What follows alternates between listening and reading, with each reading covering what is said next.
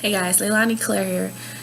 I just want to talk about how to deal with abuse, especially abuse as being a child, physical, mental, emotional types of abuse, and how to kind of get to those points of healing that pain. As a child, I was molested, and it left a lot of emotional damage to me because a lot of times people don't think about it in that sense. They really don't understand it. But when a child has been molested, a lot of times the abuser shows a lot of love and affection and attention towards the child. Thus, they create this bond. And then there's the sexual element of it, where now they've created this physical connection to them. And so the child is now physically connected to this person as well as emotionally and mentally connected to this person. And what tends to happen is as the abuser, they'll kind of go through the process where the child is like a star in their eyes, and they kind of really hone in on the child, and they isolate that child, and they give the child all this attention. And the child, they seek that. Children need attention, they love attention. And then as the abuser, as they kind of change, they completely cut that child off. They completely remove the emotion. It's like they give them all of this love and affection and attention, and then they just snatch it away from them. And it leaves this emptiness and this kind of like this deep, dark black hole in the child. And where the child is always constantly seeking to fill that hole. And I didn't really talk much about it to other people other than like friends. And a lot of my friends that I talked to it about, we all mutually shared in the experience of being molested. So therefore, when we talked about it, it was us sharing it in that sense, but we never actually healed from it because, we were going through the same experiences. And so we didn't talk about it until much later when we realized what had happened to us. Because most of the time, you don't realize that that was wrong. You don't know that that's not normal. As a child, you think that is the norm, that that's what everybody has gone through. But you don't realize that that is actually not normal. That is not safe, and it has lasting effects on you. And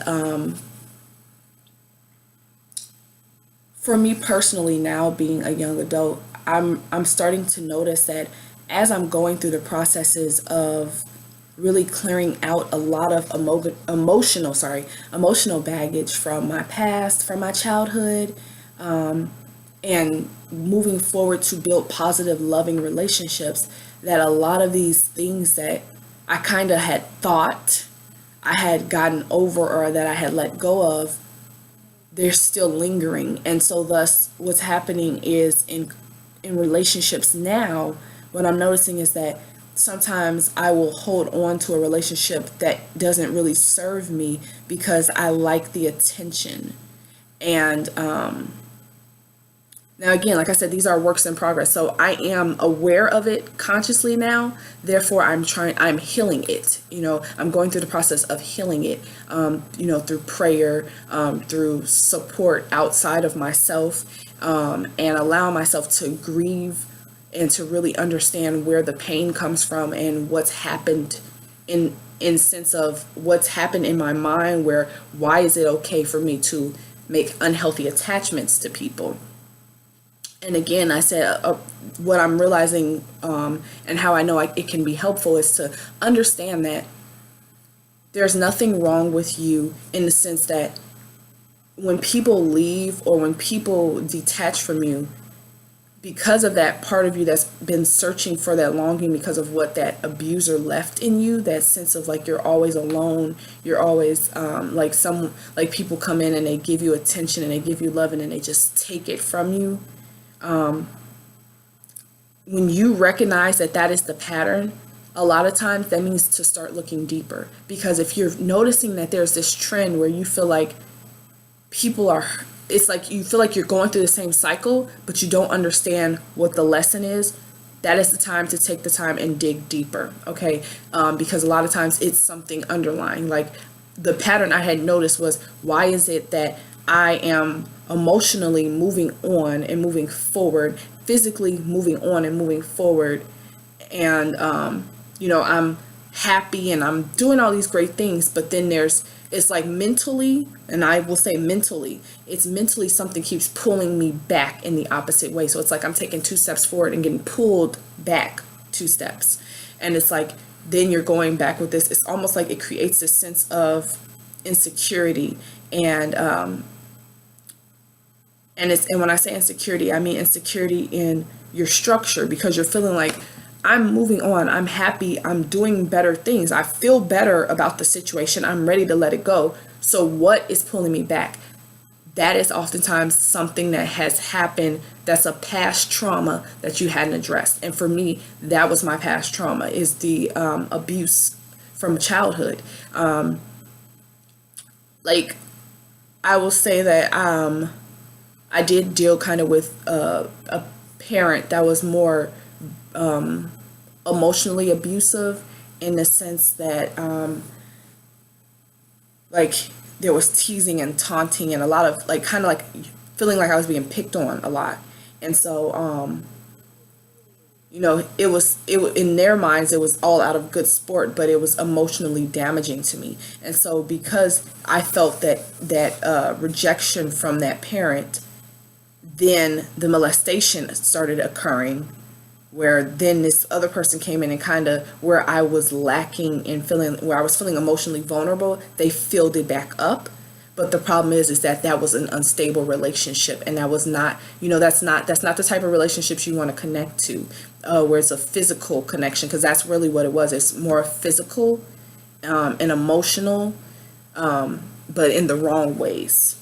And that's what I'm noticing is where the problems come, is that a lot of times the connection I would make with people, relationship-wise, was more from